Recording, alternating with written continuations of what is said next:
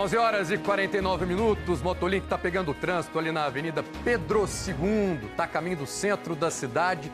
Daqui a pouquinho o sinal vai abrir, ele vai atrás de muitas notícias para essa edição. São 11h49, estou aqui ao vivo com os destaques dessa sexta-feira, dia 11 de abril. Muito bom dia para você que está nos acompanhando. Hoje a gente vai falar de um caso de um aluno diagnosticado com autismo que foi impedido de assistir a aula por falta de monitor na sala. A situação que levanta uma discussão. O número desses profissionais é suficiente aqui na cidade? Cláudia Mourão. Pois é, Sérgio. Só para a gente ter uma ideia, segundo a Prefeitura de Belo Horizonte, aqui na cidade são mais de 17 mil alunos que têm algum tipo de deficiência e que precisam de um monitor, de uma ajuda dentro de sala de aula. Por outro lado, são cerca de 4 mil monitores. Essa conta, gente, é um monitor para cada 4 alunos. Nós fomos atrás de especialistas para entender se esse número é baixo, se é alto, se é suficiente. E o especialista disse que isso depende de cada caso. Veja também, a Defesa Civil interdita uma loja atingida por um ônibus. Esse acidente foi no cruzamento de uma avenida, a Avenida do Contorno, na altura do bairro Floresta, né, Luana Nunes? Sérgio, segundo testemunhas, o motorista do coletivo avançou o sinal vermelho. 6 pessoas ficaram feridas. A Receita Federal realizou hoje aqui em Belo Horizonte a doação de mercadorias apreendidas avaliadas em mais de R$1,5 milhão. Quem acompanhou foi a Flávia Cristine. Oi, Sérgio, boa tarde. Bom dia. Na verdade, é a primeira vez que essa ação acontece ao mesmo tempo em várias cidades do país. E essas mercadorias, elas vão beneficiar algumas associações sem fins lucrativos, uma universidade também aqui em Minas Gerais. Pesquisa aponta que o valor do ovo de Páscoa aumentou 12% aqui em Belo Horizonte. O preço médio é de R$ 60. Aprovado o projeto que libera a venda de cerveja em bancas de jornais aqui da capital. É o destaque da Manuela Borges para essa sexta-feira. Pois é, Sérgio, se for sancionado pelo prefeito, esses pontos vão poder comercializar esse tipo de bebida. A proposta altera o Código de Posturas do município, que traz regras sobre o uso do espaço urbano em BH. É já, hein? Até mais, Manu. Até já. Fazendo convite, vai participando, vai comentando qual a boa para essa sexta-feira. O QR Code vai aparecer na tela agora, é só escanear. Tem também as nossas redes sociais. Segue a gente, @mg1.globo. É a partir de agora, ao vivo, eu conto com a sua companhia, eu conto com a sua audiência. É tudo ao vivo, vamos juntos. E 11h52, finalzinho dessa manhã com um acidente gravíssimo e o Globocop já está acompanhando. Já chamo aqui Manuela Borges para a gente trazer essa notícia para você que está aí atento. Oi, Sérgio, boa tarde. Bom dia, na verdade, pessoal. A gente vai ao vivo já com a Raquel Freitas, que está de olho nessa ocorrência. Oi, Raquel, bom dia para você. E Raquel, você está onde? Ei, Sérgio, Manuela, bom dia para vocês, bom dia para todo mundo que está com a gente aqui no MG1. A gente sobrevoando, Sérgio, aqui a região da Silviano Brandão, na altura do cruzamento com a Conselheiro Rocha. Por aqui, pessoal, infelizmente, a gente começa com essa notícia triste, acidente grave que aconteceu agora há pouco, aqui então no cruzamento dessas duas avenidas. O acidente envolvendo esse ônibus coletivo do transporte aqui de Belo Horizonte, um ônibus da linha 9204, que faz o trajeto Santa Efigênia-Estoril. Segundo as informações iniciais aí da Polícia Militar, foi um acidente, um atropelamento e uma pessoa morreu. Então a pessoa que foi atropelada não resistiu aos ferimentos. Então a informação foi repassada pela Polícia Militar. Aqui a gente vê, olha, o trabalho. Corpo de Bombeiros chegou há pouco aqui no local. Primeiro chegou o caminhão maior e logo em seguida então essa viatura menor do Corpo de Bombeiros.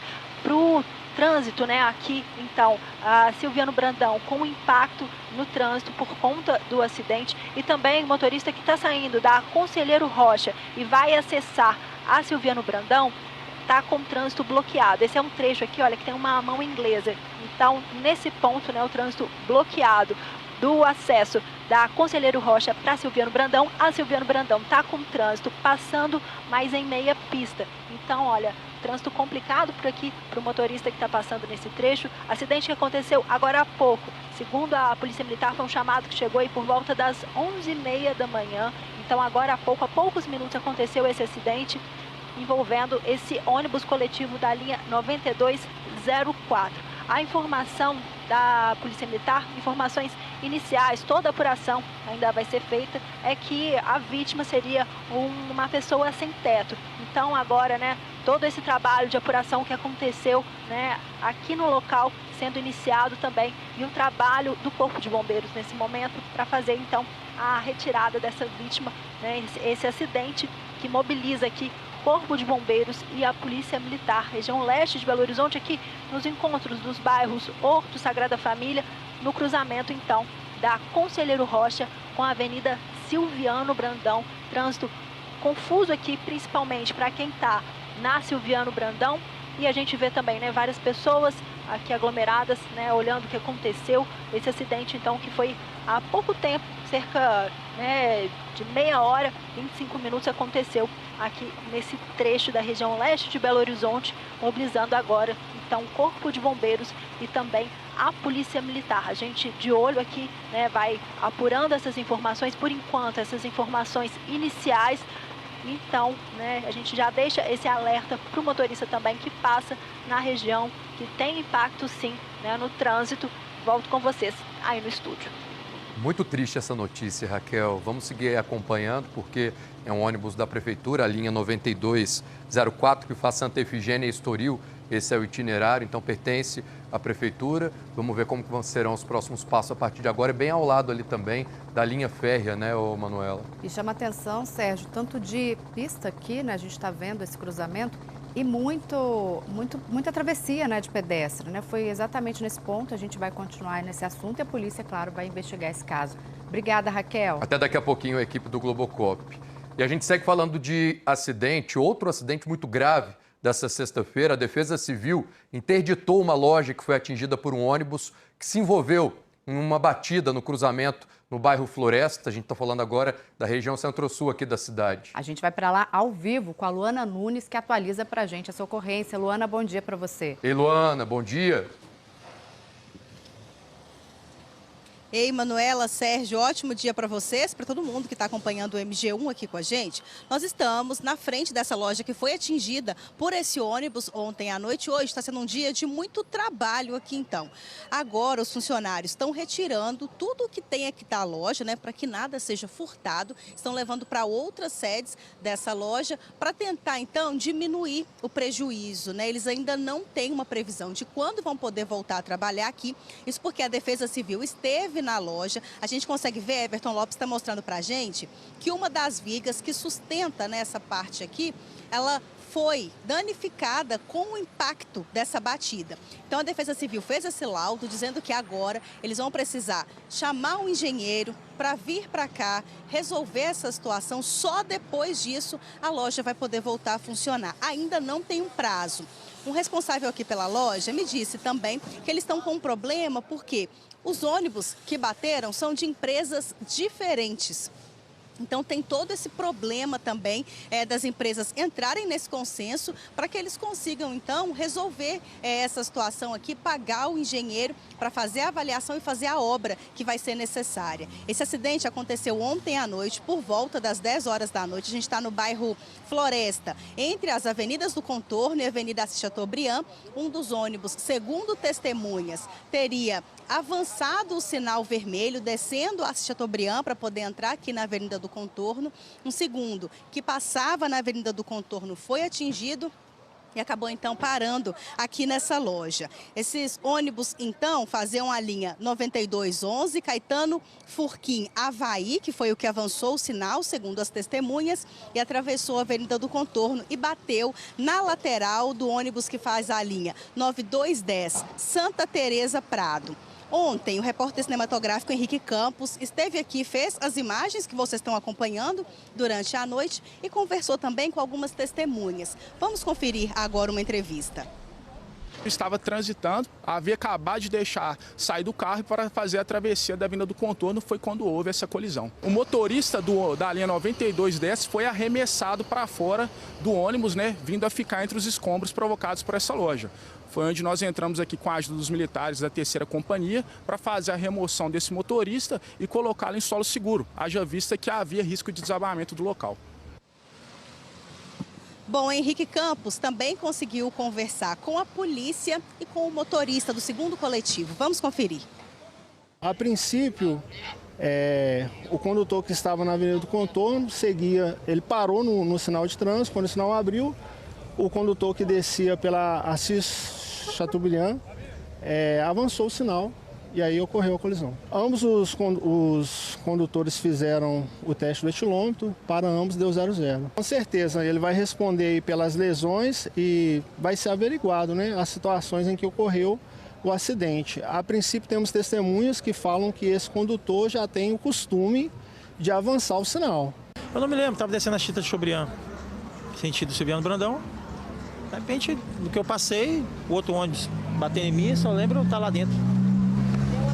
É um apagão, não me lembro. Bom, era num horário não muito tarde, mas aqui é um ponto que tem muito movimento. O Everton Lopes vai mostrar pra gente que aqui ainda tem muitos destroços que ficaram depois dessa batida. Tem resto de para-brisa, muito vidro estilhaçado, parte também de correias desse ônibus. Tudo ainda vai ser investigado. O Everton vai mostrar pra gente também como que tá lá dentro da loja. Eu conversei com o pessoal aqui, eles disseram que ainda não tiveram a condição de avaliar esse prejuízo, que o principal agora é retirar o material para poder tentar diminuir o que eles perderam, o tempo que a loja também vai ficar sem funcionar. Então a Defesa Civil esteve por aqui, constatou que a laje, pilares e vigas frontais foram atingidas, também outras trincas que se formaram aqui, por isso o local está interditado até que a obra necessária seja feita. Entramos em contato também com a BH Trans, diz pra gente que a Prefeitura de Belo Horizonte lamenta o ocorrido e esclarece que as causas do acidente serão apuradas pelos órgãos de segurança. Cabe ressaltar, então, segundo a nota, que os 2 veículos estão com a autorização de tráfego em dia. Uma com validade até maio de 2025 e a outra até setembro de 2025. E aí agora esse prejuízo aqui, Sérgio, que o pessoal está tentando amenizar o máximo possível, mas por enquanto sem previsão para essa loja voltar a funcionar. Os feridos, 5 foram levados para o Hospital João 23 e o motorista do coletivo foi levado para um hospital particular aqui perto mesmo. Eu volto com vocês. Obrigado, Luana, pelas informações, viu? Obrigada, Luana. Até já. Manuela, está sendo um finalzinho de manhã, mas agora a gente já fala que é começo de tarde de sexta-feira, de muitos acidentes aqui em Belo Horizonte. É por isso que o Globocop está de volta, né? Acidente na Via Expressa, Raquel, é isso?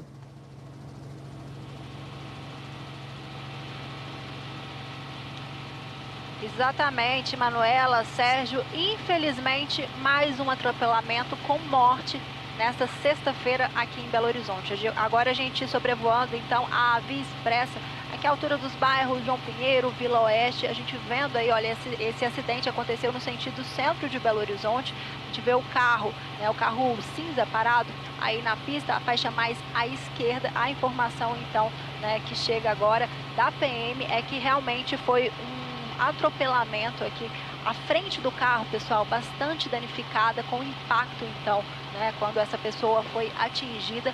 BH Trans está aqui no local, também o SAMU, o Serviço de Atendimento Móvel de Urgência, o Corpo de Bombeiros e também a Polícia Militar. O local está sinalizado, está sendo aguardada aqui a equipe da Polícia Civil, a perícia e o Rabecão para iniciar também a investigação das causas desse acidente que aconteceu agora há pouco, no fim da manhã. Foi um acidente que aconteceu por volta aí de 11h15 da manhã. Então esse chamado chegou para a Polícia Militar e agora sendo aguardada aqui no local a Polícia Civil para dar início ao trabalho de perícia. Em relação ao trânsito, pessoal, para a gente localizar, Kleiner Moraes abrindo as imagens, é bem próximo ao viaduto que passa aqui, olha, do anel rodoviário. Então, o motorista que vai seguindo pela Via Expressa em direção ao centro de Belo Horizonte. E apesar da interdição parcial, não tem impactos no trânsito. Volto com vocês aí no estúdio, pessoal. Agora, Raquel, infelizmente foi possível ver nesse corridão do Globocop algumas pessoas atravessando, né? Correndo risco ali na Via Expressa. A gente passou por uma passarela agora, é uma área totalmente habitada, há muitos moradores e muitos bairros contornando ali a Via Expressa. E, infelizmente, a gente vê algumas pessoas se arriscando ali em meio aos carros, né, Manu? Um local muito perigoso, Sérgio. A gente vê aí a quantidade de veículos, né, que passam pela Via Expressa diariamente. Raquel, a gente segue por aqui também de olho nessa ocorrência. Obrigada. Vamos conversando, Raquel. Até já. Agora, Manuela, a gente caminha para o lado de cá, a telinha que você preparou uma participação, ainda falando de acidente, né? Teve um carro de luxo que perdeu aí o controle, bateu no portão de uma casa no bairro Caiçara, na região noroeste de Belo Horizonte. Foi nessa madrugada? Foi, Sérgio. A madrugada dessa sexta-feira, 2 pessoas, gente, de 27 anos se feriram, estavam nesse carro, o motorista, né, o homem que dirigiu o carro, e uma mulher que estava no banco do carona. A batida foi muito forte, foi tudo registrado por câmeras de segurança. Olha só, acompanha com a gente. Pelas imagens, é possível a gente ver esse carro lá, ele desce com tudo, Sérgio, nem freia, né? Ele desce a Rua Caninéia ali, não aciona os freios. Esse carro bate, né, com muita força nesse portão dessa casa. Logo em seguida, os moradores das casas vizinhas, a gente consegue ver que eles saem ali correndo, né, para prestar socorro. Era para esse carro, gente, ter feito a curva. Mas ele seguiu reto, tá vendo? Tem essa rua aqui no cruzamento. O que nos dá a sensação do impacto da batida é como ele levanta, né, Manuela? Ao bater a parte de trás, olha só, olha como fica a parte de trás. Ele dá um salto, né? Sai do chão. E a gente tem também imagens feitas pela nossa equipe de madrugada, olha só. A batida foi muito forte, dá para ver que até afundou a estrutura de concreto desse muro, dá para ver o estado, né, que esse muro ficou. A grade também foi arrancada, muito danificada, com impacto. A gente viu ali, o airbag foi acionado, né, dos dois lados, o carro ficou bastante destruído. E a porta traseira, a gente viu também, olha só, naquela divisória, ao lado da porta, precisaram ser cerradas para socorrer o motorista. Foi um susto enorme para os moradores da casa que acordaram com o barulho do acidente. Vamos ouvir. Eu escutei o barulho e saí. Aí quando eu saí,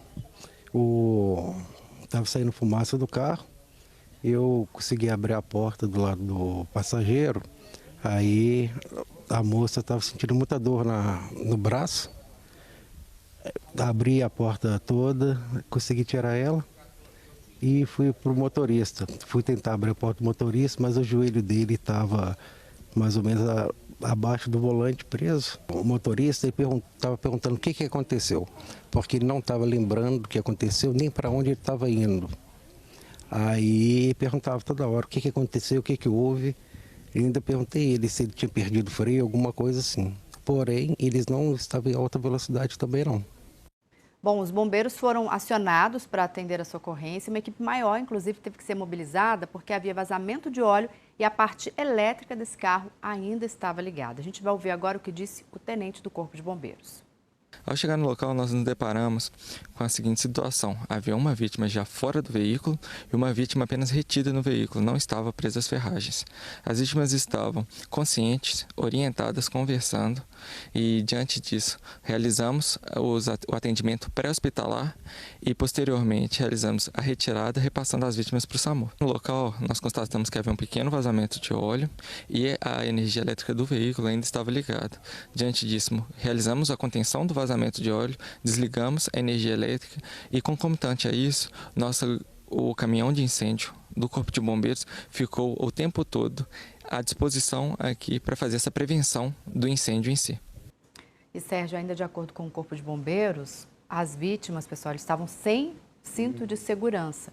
E agora, né, vai ter uma investigação da Polícia Civil, mas a suspeita é que eles tenham perdido ali o controle desse veículo. Pois é, o morador até comentou que uma das vítimas estava até com dor no braço, né, quando foi ali atendida. Enfim, a Polícia Civil vai investigar as causas e a gente acompanha esse inquérito. É isso, Sérgio. Obrigado, viu, Manu? Até já. Até daqui a pouquinho. 3 pessoas morreram em um acidente entre um carro e um ônibus de turismo da empresa Buser. Foi nessa madrugada na BR-040, ali na altura da cidade de Curvelo. O ônibus fazia o trajeto Brasília-Belo Horizonte. Os mortos são os motoristas do coletivo e do carro e uma mulher que foi ejetada, lançada de um dos veículos. Um bebê que estava no carro foi socorrido para o Hospital Municipal de 7 Lagoas. Os 29 passageiros do ônibus tiveram ferimentos leves e dispensaram atendimento médico. O trânsito chegou a ser interditado, mas a rodovia foi liberada pela manhã. A Buser disse que o veículo é de uma empresa parceira e estava com a documentação e licenças em dia. A Aviação Amarelinho, responsável pelo ônibus, disse que o carro estava na contramão e que a prioridade é prestar toda a assistência necessária às famílias das vítimas. A perícia da Polícia Civil foi acionada para investigar as causas do acidente. Agora, meio-dia e quase 10 minutos, você vai ver que a Receita Federal fez hoje aqui em Belo Horizonte a doação de mercadorias apreendidas avaliadas em mais de R$1,5 milhão de reais. Que tipo de mercadoria que foi doada, hein, Flávia? Bem-vinda. Boa tarde para você. Oi, Sérgio, boa tarde. São celulares, equipamentos eletrônicos, alguns artigos de casa também, eletrodomésticos, tudo isso sendo doados a quem precisa, que são associações filantrópicas, outras entidades que podem, a partir desses itens, promover bazares, mas tem um ponto também muito interessante. Muitos produtos, eles são reutilizados, eles passam por uma transformação. Então, a partir de um equipamento eletrônico, essa transformação com a parceria, por exemplo, de uma universidade, é feito um mini computador para ser usado nas salas de aulas. Então, muitos produtos são adaptados, essa parceria técnica foi destacada hoje pelo superintendente da Receita Federal aqui em Minas Gerais, que aqui no prédio, no bairro Santo Agostinho, recebeu vários representantes dessas associações, de municípios e também de uma universidade. E a partir daí, cada um pode, da forma que achar melhor, promover a venda desses equipamentos ou utilizar, incorporar ali no dia a dia. E essas mercadorias, elas foram apreendidas pela Receita Federal e são de duas formas. O contrabando, quando é uma mercadoria que ela é falsificada, ela não poderia estar sendo vendida, ou uma mercadoria que é legal, aí seria o crime de descaminho, porém ela não tem a comprovação da origem por meio de nota e também do recolhimento de impostos. Vamos ouvir o que disse hoje o superintendente da Receita Federal aqui em Minas Gerais. Algumas que estão sendo destinadas da forma que foram apreendidas, outras que inicialmente eram consideradas inservíveis ou prejudiciais, que houve uma transformação e serão destinadas também. As que seriam prejudiciais são, por exemplo, cigarro, que são transformados em adubo e aí são destinados geralmente a fazendas universitárias, mas também especialmente as TV Box, que são aqueles aparelhinhos que furtam sinal de TV a cabo e que são transformadas em microcomputadores e destinadas às escolas públicas do estado de Minas Gerais. Uma outra transformação interessante que a gente ficou sabendo é quando acontece uma apreensão de roupa contrabandeada. Uma roupa de uma marca, por exemplo, famosa. Há um projeto lá de Itabira em que há uma customização. Ao invés de arrancar a etiqueta, o emblema, é feita uma nova imagem ou uma adaptação para que isso possa ser destinado, por exemplo, a pessoas carentes. São instituições credenciadas, cadastradas, avaliadas e que passaram a receber. O Hospital Espírita André Luiz também recebeu e uma instituição que faz tratamento de câncer lá em Capelinha. De acordo com a Receita Federal, as apreensões de mercadorias estrangeiras no ano passado aqui em Minas Gerais somaram mais de 107 milhões de reais. Sérgio. A gente sempre mostra aqui, né, Flávia, muita notícia de muita apreensão de diferentes tipos de produto e sempre chega a mensagem, para onde esse produto vai, qual é o destino, qual o fim. Bom mostrar isso aí. Obrigado pelas informações, pelas curiosidades também. Até mais. E um adolescente autista foi impedido de assistir às aulas em uma escola municipal aqui de Belo Horizonte, porque o monitor responsável por acompanhá-lo estava de atestado médico. Esse caso levanta um debate sobre a inclusão nas escolas aqui da capital. Cláudia Mourão passou a manhã dentro desse assunto, conversando com muitas pessoas e traz agora todos esses relatos, né, Cláudia? Muito bem-vinda. Boa tarde para você. Exatamente, Sérgio, muito boa tarde para você. Boa tarde para você que está com a gente aqui no MG1.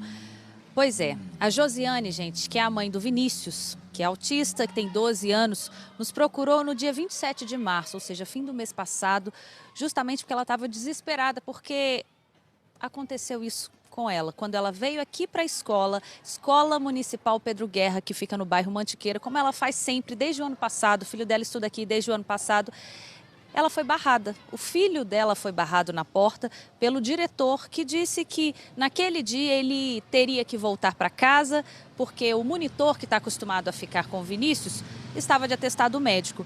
Ela ponderou, tentou conversar, dizendo que iria para o trabalho, que ele, principalmente para quem é autista, gente, eles não podem sair da rotina, isso causa uma confusão na vida deles. Então ela explicou tudo isso para o diretor e o diretor falou assim, não, você tem que ir embora. Então, diante dessa negação, diante dessa porta fechada, ela decidiu não se calar. Então, mandou uma mensagem para a gente, a nossa produção recebeu essa mensagem e a partir daí a gente levantou essa discussão, porque esse caso dela com certeza não é único, mas o fato da Josiane ter trazido isso à tona, levanta então esse questionamento. Nós fomos atrás da prefeitura, de especialistas, e para vocês terem uma ideia da conta, gente, aqui em Belo Horizonte são mais de 17 mil alunos que têm algum tipo de deficiência, que precisam da ajuda de monitores, esses profissionais que são essenciais para o aprendizado desses alunos. E são cerca de 4 mil profissionais, dá uma média de um monitor para cada 4 alunos. Isso é muito? Isso é pouco? Isso é suficiente? Nós fomos atrás de uma especialista em educação justamente para entender e ela disse que realmente isso depende de cada caso, porque tem um grau diferente de uma deficiência ou outra. Às vezes um especialista, um monitor, ele dá conta assim, de 4 alunos, mas às vezes um aluno precisa de um especialista só para ele. Então não dá para a gente falar em números. A gente precisa pensar e discutir sobre a qualidade da capacitação desses monitores que estão trabalhando nas escolas municipais. E isso faz toda a diferença para a educação e para, de fato, a inclusão desses alunos no ambiente escolar. Jussara Ramos e eu passamos a manhã conversando e entendendo todos os lados dessa história e é isso que a gente traz agora para vocês na reportagem. Como mãe solo de um filho autista, são muitas as batalhas que a Josiane enfrenta todos os dias. A última foi no fim do mês passado, quando ela chegou com o Vinícius na Escola Municipal Professor Pedro Guerra, onde ele estuda desde o ano passado. Quando eu cheguei no portão, o diretor me abordou e falou que eu não poderia ficar porque não tinha monitor para o meu filho. E aí eu contra-argumentei e falei com ele que, se não havia uma outra possibilidade. Eu fiquei muito triste porque todas as outras crianças estavam na escola e o meu filho não. De acordo com a Política Nacional de Educação Especial, o auxiliar de apoio ao educando, que é conhecido como monitor, é um profissional essencial para garantir o aprendizado de alunos que tenham algum tipo de deficiência. Ele é orientado pelo professor da turma e ajuda nas atividades diárias, na interação com os colegas e, principalmente, ele oferece recursos acessíveis para garantir a inclusão desses alunos no ambiente escolar. A Prefeitura de Belo Horizonte não disponibilizou um representante para falar sobre o problema na escola. Apenas informou que, na rede municipal de ensino, 17.530 alunos necessitam de algum tipo de acompanhamento nas salas de aula. Destes, 5.500 estudantes possuem transtorno de espectro autista, 1.800 alunos com TDAH e são 10.200 com deficiência. Atualmente, existem 4.350 profissionais de apoio escolar, o que dá uma média de 4 alunos por monitor. Para a Jane Patrícia Haddad, que é psicanalista e especialista em educação, falar em número de monitores é algo relativo, pois depende de cada caso. A questão é como que esses monitores, esses professores auxiliares estão sendo formados. Como que ele estuda especificamente cada criança que ele recebe. Naquele momento, aquela criança está matriculada naquela instituição. Aquela instituição tem a obrigação ética de acolher aquela criança e se reorganizar. Em janeiro deste ano foi sancionada uma lei em Belo Horizonte que cria o Programa de Atendimento Especializado às Crianças e aos Adolescentes com Deficiência nas escolas municipais. E os objetivos são garantir os direitos à educação e ao atendimento educacional especializado aos educandos com deficiência, transtorno do espectro do autismo e altas habilidades, superdotação e também identificar, elaborar e organizar recursos pedagógicos e de acessibilidade que eliminem as barreiras para a plena participação dos alunos. Para a especialista, essa é uma lei importante e que precisa ser colocada em prática em todas as escolas. Porque são sujeitos ali tentando encontrar o seu lugar na sociedade. E esse lugar começa ali na escola. Encontrar esse portão fechado é como se a vida realmente dissesse pra gente, né? Que o nosso não tem lugar nesse mundo para o nosso filho, nem na escola. Bom, pessoal, nós acabamos de receber aqui a resposta, porque nós procuramos todos os lados dessa história para saber todas as versões. Nós procuramos aqui também a versão da Escola Municipal Pedro Guerra e a gente acabou de receber aqui, que é o seguinte, ó, segundo a Secretaria Municipal de Educação, a Secretaria nega que o Vinícius voltou para casa nesse dia 27 de março. Disse ainda que no caso de eventual ausência de auxiliares, as escolas solicitam uma reposição na empresa, na MGS, né, que é a empresa que fornece esses profissionais, ou se organizam com a coordenação pedagógica para que o estudante participe das atividades ofertadas. Agora, a direção aqui da Escola Municipal Pedro Guerra destaca que todos os alunos são acolhidos integralmente e nenhum é enviado de volta para casa.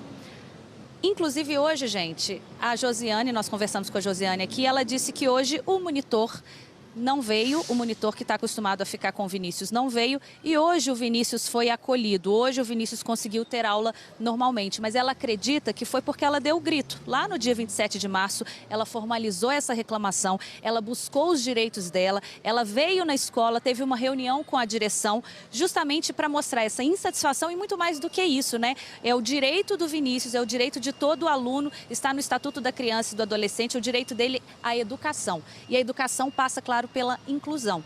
Então, por isso que a Josiane preferiu não se calar e o problema dela parece que foi resolvido. Hoje ele teve aula, mas para que outros problemas não se repitam. Né, Sérgio? Eu volto com você. Exato, Cláudio. Enquanto você mostrava a reportagem, dava todas as notícias, lembrei do Bruno Venuto, que é o nosso operador de câmera aqui do estúdio. Hoje ele não está aqui na nossa equipe, mas mandei uma mensagem para ele, porque ele tem o Pietro, filhinho dele, que também é diagnosticado com autismo. E aí eu perguntei, amigo, qual que é a importância desse profissional dentro de sala de aula? E ele me mandou aqui uma mensagem muito forte, porque ele diz, ó, com esse suporte a criança se sente mais segura, mais compreendida e tem melhores condições de conviver e de aprender no ambiente escolar. E é exatamente isso, né, Cláudia? Agradeço aí as suas informações. É o caso que a gente vai seguir acompanhando, seguir cobrando da Prefeitura, porque tem a ver com muitas famílias, né, Cláudia? Até mais. E o médico mastologista Danilo Costa, que é réu por crimes sexuais em Itabira, foi indiciado mais uma vez. O novo inquérito policial aponta mais 4 vítimas de estupro, importunação sexual, violação sexual mediante fraude e assédio sexual. Com a nova acusação, o médico passou a ser suspeito de ter abusado de, no mínimo, 19 vítimas ao longo de 12 anos. Danilo Costa está preso preventivamente desde fevereiro. Ele já é réu por estupro, importunação e assédio sexual. As investigações foram conduzidas pela Delegacia Especializada de Atendimento à Mulher em Itabira e o inquérito recentemente concluído será remetido ao Ministério Público Estadual. Nós não conseguimos localizar a defesa do acusado. E a Polícia Civil indiciou o médico que foi filmado agredindo uma cadela a pauladas em Contagem. O idoso de 70 anos deve responder pelo crime de maus tratos contra animais. As investigações começaram depois que o vídeo registrou as agressões. Olha aí, em março, a Polícia Civil foi até a casa dele e encontrou 12 animais mortos. A cadela agredida junto com os 11 filhotes. Os laudos apontaram que a cachorra morreu por traumatismo craniano, o que contradiz a versão do suspeito sobre ter batido em outro animal para separar aí uma briga entre os bichos. O homem é servidor da Prefeitura de Contagem e está afastado do cargo. A Secretaria Municipal de Saúde disse que repudia todo e qualquer crime de maus tratos a animais. E a Polícia Civil prendeu uma mulher suspeita de dopar homens para depois roubá-los. A suspeita estava atuando ali na região central da cidade, aqui em Belo Horizonte. Larissa Bernardes tem os detalhes. Ei, Larissa, boa tarde para você. Oi, Sérgio, boa tarde para você, boa tarde para todo mundo. Essa mulher de 30 anos foi presa ontem à tarde no centro de Belo Horizonte. Ela foi presa, ela estava no local onde costumava ficar, onde fazia as possíveis vítimas, onde encontrava esses homens. De acordo com as investigações, ela ficava ali na região central e geralmente oferecia serviços sexuais. Segundo a polícia, ela estava sempre de máscara. Quando conseguia algum cliente, ela levava esses homens para a casa dela ou para hotéis ali na região central mesmo. A mulher os drogava e em seguida roubava celulares, documentos, cartões de crédito desses homens. O golpe é conhecido como Boa Noite Cinderela. Segundo a investigação, um desses homens ficou dopado por 2 dias. A golpista usou os dados bancários dele para fazer movimentações em 2 bancos diferentes. Ontem mesmo, a mulher foi levada para a delegacia e ouvida. Os policiais também foram à casa dela, no bairro Floramar, na região norte da capital, para tentar encontrar provas desse crime. Mais de 10 vítimas já procuraram a polícia, quase todos eles são homens e têm cerca de 50 anos de idade. A gente conversou com uma dessas vítimas, ele preferiu não ser identificado e falou sobre o golpe. Ela falou que vinha do interior e que estava no hotel. Colocou alguma coisa na minha bebida que eu apaguei. Nesse apagar, eu já não sabia mais de nada. Levaram minha carteira, meu celular. Na segunda-feira que eu fui na caixa, que eu vi o tamanho do rombo, o prejuízo financeiro é imenso, mais de 30 mil reais, entendeu? A informação é de que ontem mesmo ela foi encaminhada para o presídio, mas a Sejusp, a Secretaria de Estado de Justiça e Segurança Pública, informou por e-mail que até o momento ela não deu entrada em nenhum presídio de Belo Horizonte ou da região metropolitana. Nós entramos em contato também com a Polícia Civil para saber onde essa mulher, para onde ela foi encaminhada, a gente está aguardando o retorno. A mulher, gente, segundo a Polícia Civil, já tinha sido presa outras 5 vezes por roubo, furto e receptação. E os investigadores acreditam que exista um coautor desse crime, então as investigações desse caso vão seguir para tentar encontrar essa outra pessoa. Sérgio. Que coisa, hein, Larissa? Obrigado pelas informações. E um incêndio atingiu um imóvel no bairro Alto Barroca, na região oeste aqui de Belo Horizonte. As imagens mostram as chamas que tomaram conta, olha só, do local, dava para ver de longe. Segundo o Corpo de Bombeiros, o combate ao fogo foi difícil, porque além de móveis, tinha muito material como madeira, espuma, plástico, tudo lá no local. O fogo começou por volta de 8 da noite de ontem. 7 viaturas atuaram nessa ocorrência e durante o trabalho os bombeiros fizeram ações de isolamento por conta da proximidade com outras casas. A Defesa Civil foi acionada para avaliar a estrutura. Meio-dia, 26 minutos. Vamos de Motolink agora. O Herbert Cabral já está na área. Vamos lá com ele ao vivo no bairro Nova Esperança. Olha isso. Foi para lá, Sérgio, para conferir problema. Vocês reclamam, trazem para a gente e a gente pede o Herbert para ir lá. E não se engane, não está chovendo, não. O tempo está bastante firme, inclusive aqui em Belo Horizonte. Ele abriu a imagem e dá para ver que o problema é um vazamento de água, Manuela. E foi uma reclamação da Leandra Campos. Ela disse pra gente que tinha esse vazamento lá na rua. Tá vendo? Gente, uma cratera tá aberta ali, ó, no encontro. Sérgio, tá lá no meio, ó, da rua Nova Friburgo com a Avenida Professor Milton Lage. Os vizinhos contaram pra gente que esse buraco tá aberto há mais de um mês. Um estabelecimento comercial que fica ali bem em frente a esse vazamento foi afetado porque a quantidade de água na torneira também acabou diminuindo, Sérgio. Tem um buraco aberto e outro se abrindo, né? O asfalto está todo rachado ali, inclusive. Um do lado do outro. E onde está saindo a água não é daí, né? É da região ao lado ali. Então, provavelmente ali embaixo está tudo comprometido, né? Um problema que está ligado ao outro, né? A gente procurou a Copasa, que informou que vai fazer uma vistoria ali no local para verificar se o problema é de responsabilidade da companhia.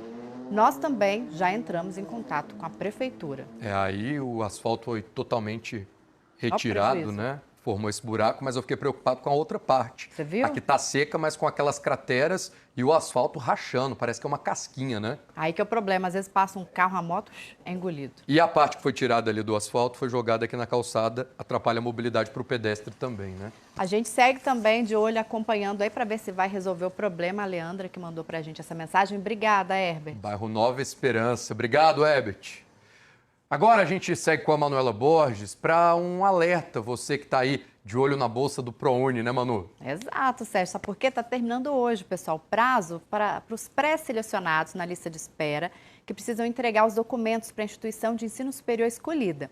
Então, o que acontece? Você, na hora de fazer a inscrição, você disse que tinha isso, tinha aquilo, agora tem que fazer o quê? Tem que comprovar, tem que ir lá, ó, mandar os documentos.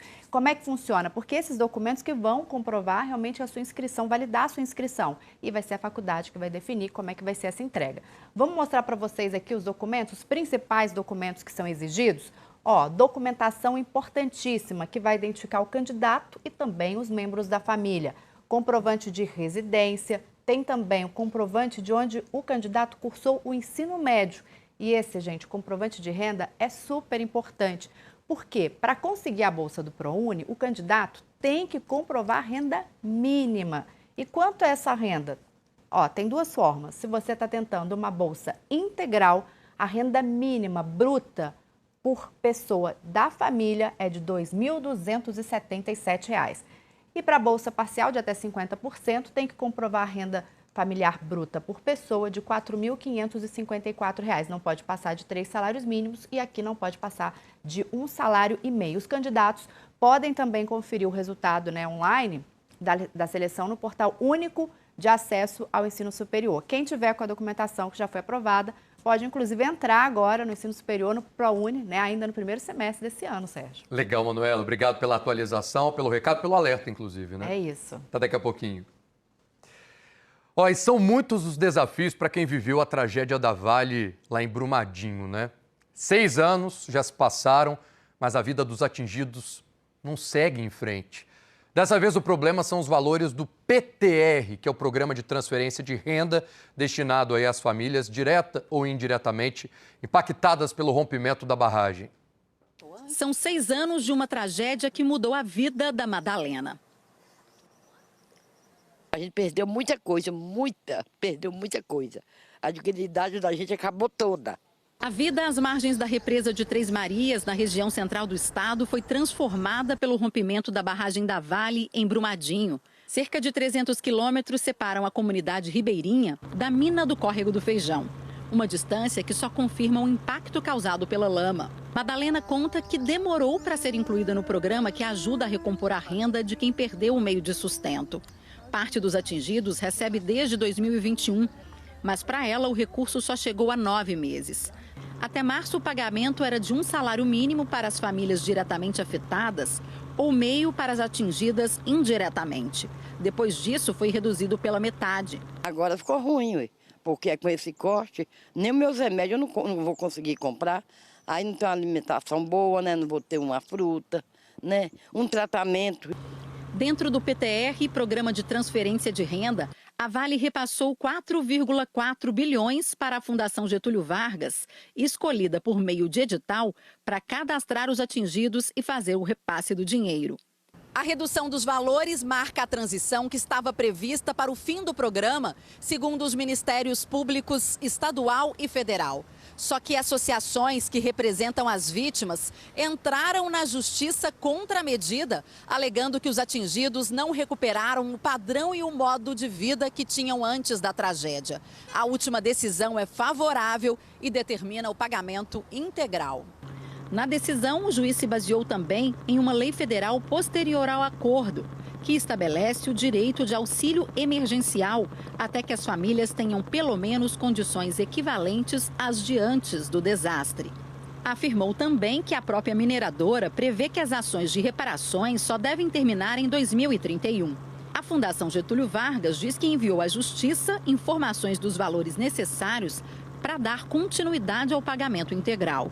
Segundo o gerente executivo, a partir do levantamento, a Justiça deve acionar a Vale. A Fundação não faz diálogo com a Vale porque a Fundação ela é auxiliar do juiz, ou seja, a gente trabalha subordinado ao juiz. Então, na verdade, em relação a isso, a Fundação vai informar o juízo, que vai informar a Vale o valor necessário, e aí sim, o diálogo seria entre o juízo e a Vale. O instituto que acompanha as reparações questiona os valores e a descontinuidade. Afirma que as ações socioeconômicas e socioambientais previstas no acordo de reparação estão atrasadas, e isso só adia o retorno da dignidade dos atingidos. programa de transferência de renda, a finalidade dele é garantir a sobrevivência das pessoas até que a reparação integral seja realmente realizada. A reparação integral foi realizada no território? Então, um corte, nesse momento, em qualquer momento, representa uma afronta aos direitos das pessoas atingidas. Após a Justiça determinar a manutenção dos valores integrais do PTR, a Fundação Getúlio Vargas, responsável por fazer o repasse aos atingidos, diz que já informou à segunda Vara de Fazenda Pública da capital o valor que falta para que esses pagamentos continuem sendo realizados integralmente. De acordo com a Fundação, são necessários mais de 702 milhões de reais para a manutenção do programa de transferência de renda. A mineradora Vale disse que no acordo judicial de reparação integral firmado em 2021, o programa de transferência de renda foi estabelecido como solução definitiva para o pagamento emergencial e acordado como sendo obrigação da empresa pagar. Por isso, em outubro de 2021, a Vale fez o depósito de 4 bilhões e 400 milhões de reais destinados a essa finalidade. Ainda de acordo com a empresa, com esse depósito foi encerrada a obrigação da Vale referente ao assunto. Os Ministérios Públicos Estadual e Federal e a Defensoria Pública de Minas informaram que a redução dos valores e o posterior encerramento do programa foram expressamente previstos no edital do PTR e que as instituições de justiça reafirmam o compromisso de fiscalizar os recursos e o cumprimento integral do que foi planejado para esses pagamentos. Agora, 12h35. Você está escutando? Ó. Toque, toque, toque, toque, toque. Não é raio, não é trovão, é a Manuela Borges que está vindo, ó, pezinho com pezinho. Que tranquilidade que é essa para essa sexta, Manuela? Sérgio, eu tô sextando o bebê junto com muita gente, né? É isso? Mais ou menos, mas esquecia muito de plantão. Mas tô sextando do mesmo jeito. Mas como é que nós vamos passar esse fim de semana? Conta para todo mundo. Já te aviso, Sérgio, porque depois de alguns dias de muita nebulosidade, vocês perceberam que o céu apareceu azulzinho hoje cedo? Não tava? Vamos ver as imagens de satélite já para te falar como é que vai ficar essa semana aqui em Belo Horizonte, esse fim de semana, mas te conto agora. Por quê? O satélite está mostrando para a gente que a chuva está se afastando, viu, pessoal? Ela está mais concentrada agora na região norte. Então, o volume de chuva deve ser mais significativo nessa região. E aquela massa de ar frio que estava atuando aqui na nossa região já se dissipou, já foi embora. Esses dias estão bem mais a cara do outono, né? Vamos ver lá fora como é que está agora, essa tarde, aqui em Belo Horizonte?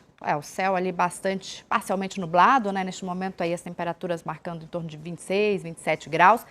E ó, vou dar uma dica, viu, pessoal? Se não tiver nuvens entre a noite e a madrugada, a tendência é de temperatura amena pela manhã e mais elevada à tarde, o que está contribuindo bastante para essa amplitude térmica.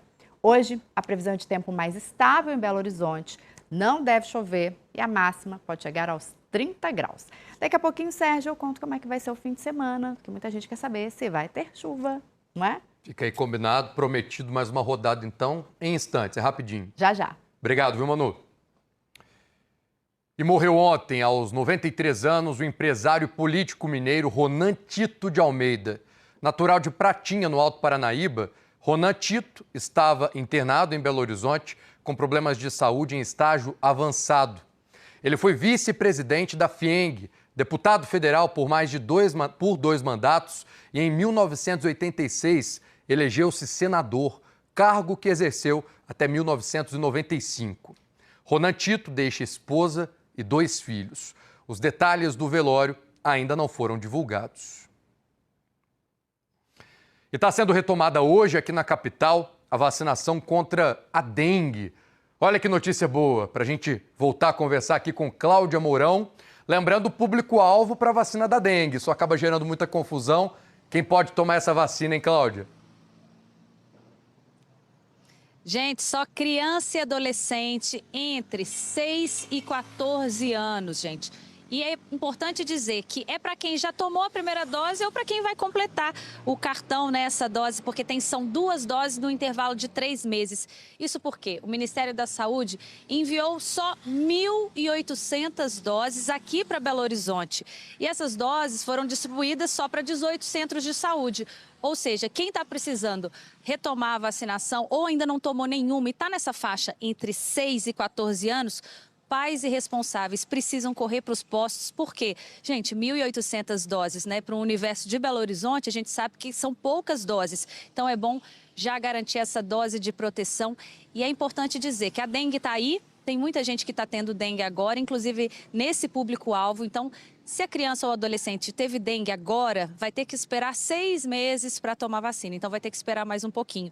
E a situação não está tranquila aqui em Belo Horizonte. Até agora foram registrados confirmados 509 casos de dengue só neste ano e mais de 3.000 notificações. Então, vale aqui, porque a gente está falando da vacina Qdenga, que é a vacina que é uma dose de proteção, né, Sérgio? O pessoal que está em casa, que está disponível e são poucas doses. Então, você que é pai, que é responsável, pegue, aproveita aí o sabadão, tá vindo aí, aproveite esse tempinho para garantir essa dose de proteção, que a gente sabe que principalmente nas crianças, quando vem uma dengue muito forte, ela pode ser fatal.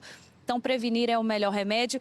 E para procurar, como são 1.800 doses em 18 centros de saúde, para não dar com a porta na cara, procurar, ir batendo de centro em centro de saúde para procurar esses 18, entra no site da prefeitura e vê em quais que essas doses estão disponíveis e garante essa proteção. Não é isso, Sérgio? Eu volto com você. E de graça, né, Cláudia, na rede pública, porque na rede privada é uma vacina cara, inclusive, né? Importante lembrar isso. Obrigado, viu, minha amiga? Até mais. Semana que vem tem, hein? Ou já tá tendo aí? Você já comprou, já ganhou, vai presentear alguém? Eu tenho que te contar, ó, que uma pesquisa da UFMG apontou que o preço médio do ovo de Páscoa aumentou 12% aqui em Belo Horizonte, na comparação com o feriado do ano passado. E aí o preço médio é de R$ 60, hein? Tem alguma explicação para esse aumento? Sempre tem, né, Flávio? Oi, Sérgio. Nossa, quem está sabendo o preço do ovo, hein? Essa média? Eu não tinha ideia que estava custando em torno disso, mas essa pesquisa que foi feita pelo IPAD mostra que na comparação aí de 18 tipos de ovos, de 4 marcas, um período que foi feito um recorte de pesquisa, em loja, olhando marca e também consultando os preços na internet, chegou a esse valor. É o preço médio, tá? De um ovo de Páscoa. E olha que teto esse aqui, né, gente? Cheio de variedade, para quem não resiste, né? Não vai deixar passar essa data da Páscoa aí no dia 20, com essa delícia que é o chocolate. E esse crescimento aí de 12%, ele é maior que a inflação no período, que ficou em torno de 7,5%. E em relação ao ano passado, também surpreende, porque o aumento não foi tão grande como para este ano. Então, o consumidor que está aí, ó, em busca do ovo de Páscoa vai ter que bater perna, vai ter que pesquisar. Essa loja aqui fica no centro de Belo Horizonte. E nesse corredor já tinha gente passando. Vou aproveitar para ver se está pesquisando os preços. Vou perguntar aqui. A senhora fala comigo. Boa tarde. Qual que é o nome da senhora? Tânia. Tânia, chocolate. Como é que é? Apreciado na sua casa? Muito, muito. Não pode faltar. Já andou olhando os preços? Vai deixar para comprar semana que vem? Vou deixar para semana que vem. O que você acha que vai encontrar variedade, custo caro? E se tiver caro, qual que é o plano? Comprar um mais baratinho, só não pode faltar o chocolate. Muito obrigada, viu? Vamos ouvir, gente, mais sobre essa pesquisa, sobre esse preço aí do ovo de Páscoa. Mesmo que esse país produza cacau, o que determina esse preço é a demanda no mundo inteiro por esse produto e a quantidade ofertada. Como reduziu a quantidade ofertada, o preço do cacau no mundo inteiro subiu. Porque nós estamos falando de um produto que teve um aumento médio do seu preço internacional de cerca de 150% em mais ou menos um ano. 150% em menos de um ano é muito grande e esse preço acaba chegando aí para o consumidor, que vai ter que realmente, olha, usar a criatividade se não conseguir pagar por um ovo que está nessa média de R$ 60. Mas tem gente que não abre mão justamente para agradar a criançada, que às vezes está esperando aí por esse presente. Sérgio. Pois é, a alta não afetou só o ovo de galinha, não, é triste. Obrigado, Flávia. Faça as pesquisas aí, porque tem 2 menininhos na sua casa esperando ovo de Páscoa, que eu sei, hein? Aproveita aí esse tempo. Tchau. Vamos conversar aqui com Manuela Borges. 12h43. Joaquinzinho já tem o ovo garantido? Vai ter caixa de bombom, já decidi. Oh, pronto. Mamãe lá em casa sério, é assim. Olha, pronto. o tom de voz tá até caro. mudou. Não, ele quer presente sem chocolate. Vamos para a Alexandra, que está mandando mensagem para a gente. Olha a situação do Centro de Especialidades Médicas da Santa Casa em BH. Está lotado de baratas, Sérgio. Que isso, gente. Ela mandou um vídeo, inclusive. Jesus amado, olha isso. Acho que ela estava sentada. Ó, saiu correndo ali. Que isso, Alexandra?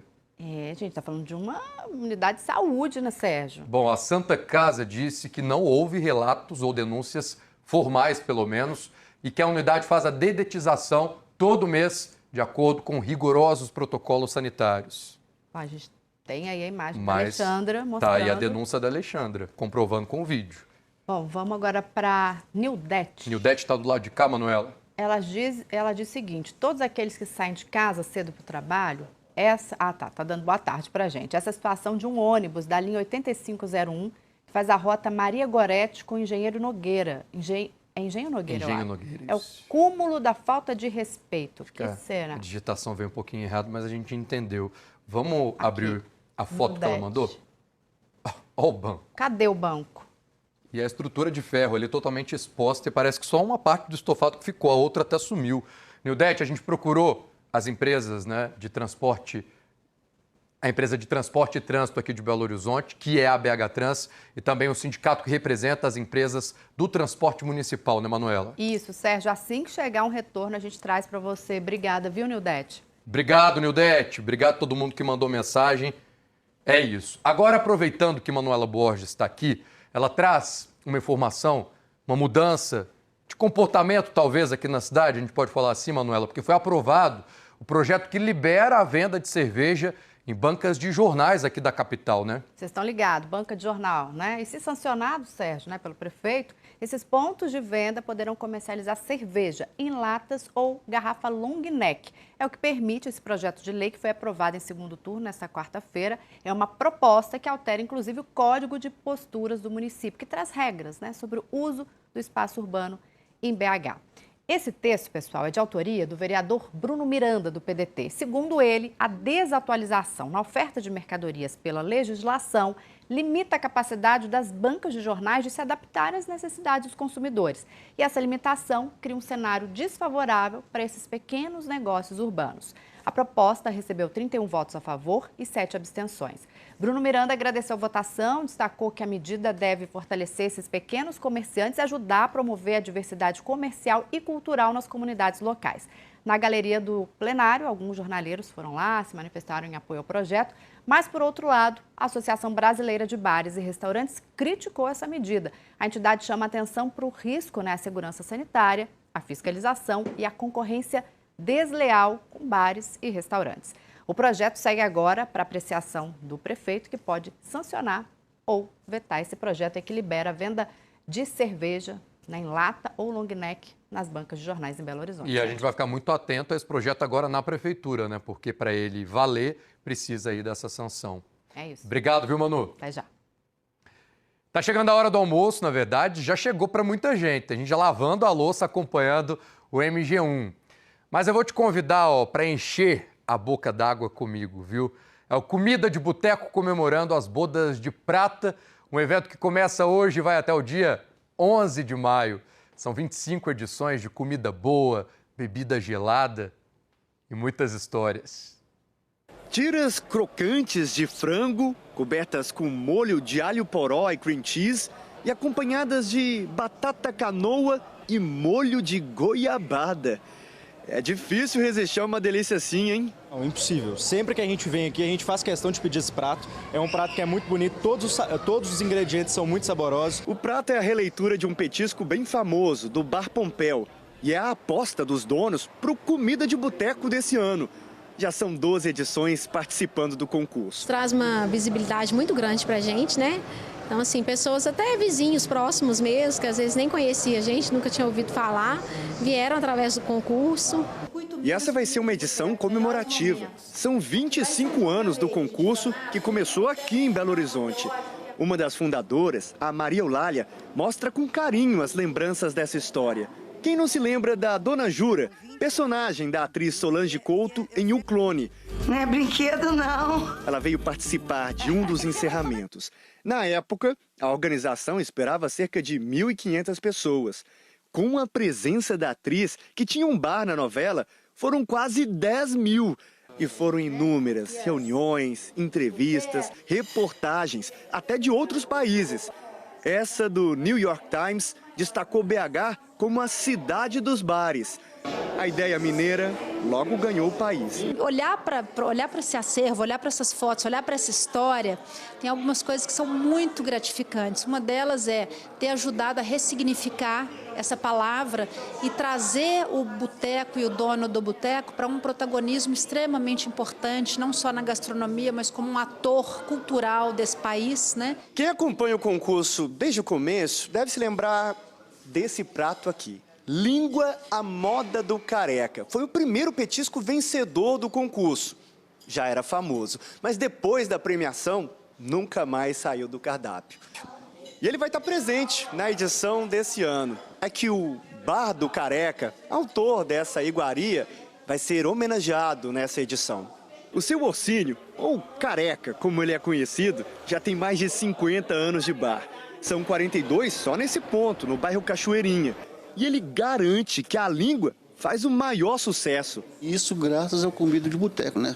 Porque hoje acabou tudo aquele preconceito que tinha. E língua hoje é prato chique. Muitos clientes são fiéis, estão aqui praticamente toda semana. O Caio tem a mesma idade do concurso. Vou fazer 25 anos esse ano, no final do ano. E tem quanto tempo que você frequenta o bar? Vai fazer 25 anos em dezembro. Virou uma tradição de família, né? É o bar familiar, né? A família dele atendendo a nossa família. Este ano, 125 bares de BH participam do Comida de Boteco. Todos com pratos a R$ 35. Serão 30 dias para provar e aprovar diversos sabores pela cidade. Então você sai todo dia, 3 vezes ao dia e não consegue vir em todos os botecos. E todo mundo quer apresentar o melhor. Acaba que nós, consumidores, acabamos sendo privilegiados nisso aí. Como é o homenageado, o Bar do Careca não entra na votação. Mas o convite já está feito. Apreciem nosso prato, o prato que é o primeiro campeão. Venham conhecer a gente, venham apreciar o bar. Gente, eu já estou aqui brincando nesse mapa do G1, viu? Você encontra os 125 botecos participantes que estão espalhados aí por toda a cidade. Tem endereço, tem todas as informações sobre essa edição do concurso também. É um jeito de facilitar quem quer acompanhar. Um mês de festa. Lembrando, o concurso vai até o dia 11 de maio e os pratos custam R$ 35. Acesse o G1, o QR Code está na tela. E a seguir tem a previsão do tempo aqui para Grande Belo Horizonte. Segura que a gente já volta.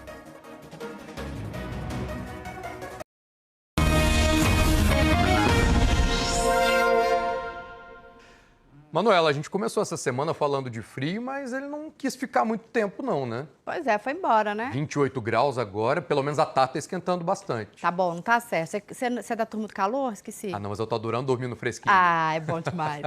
E a previsão, pessoal, para o fim de semana, já vou te falar, é de tempo firme, céu clarinho, sem chuva, tanto no sábado quanto no domingo. Isso está valendo para BH e também para a região metropolitana. Semana passada a gente teve um final de semana com mais chuva, né? E como é que vai ficar hoje, a sexta-feira, aqui em Belo Horizonte, a gente já falou há pouco, 30 graus de máxima.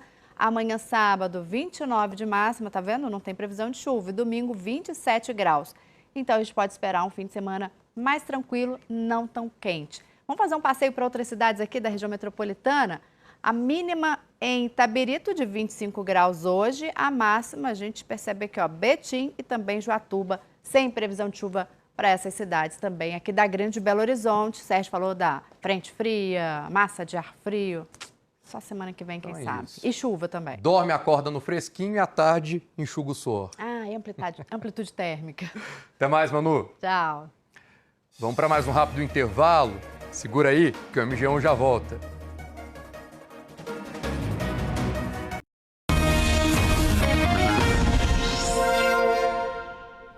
Sábado é dia de quê, Manuela Borges? Sábado, gente, é dia de MG1, a partir de 11h45, que amanhã o jornal está imperdível. Olha só.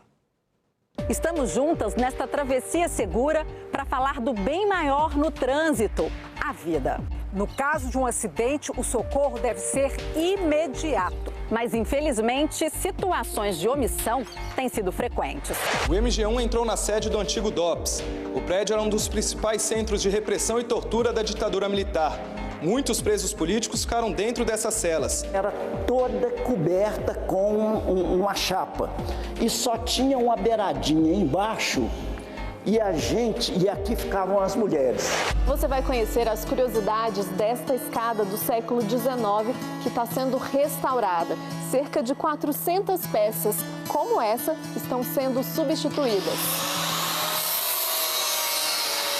E tem um convidado especial. Menina veneno, você tem um jeito sereno de ser. Olá, eu sou o Richie e a gente tem um encontro marcado no MG1. Não perca! Gente, olha! No meu quarto. Vamos lá, no clima do fim de semana, Maurício Paulucci. Ela vai. Dançarino. Nos embalos de sexta-tarde. Que isso? Sérgio, Manu, boa tarde pra vocês, pra todo mundo que tá acompanhando o MG1, que nosso Globo Esporte hoje tá quentíssimo nessa sexta-feira. Antes de sextar, você pode vir comigo, vamos falar da goleada do Galo, da crise no Cruzeiro, teve reunião do Pedro Lourenço com os jogadores, tem jogador do Cruzeiro de saída, tem gols da Sul-Americana, gols da Libertadores, muita notícia ao vivo, vem com a gente. Obrigado, Maurício. Boa sexta, viu, meu querido? Tchau, Maurício. Ótimo fim de semana. Ficou combinado. Se quiser rever algo que foi mostrado aqui hoje, vai onde, Manuela? Tá lá no Globoplay, pessoal. Obrigada pela audiência. Bom fim de semana. Até amanhã, hein? Te espero.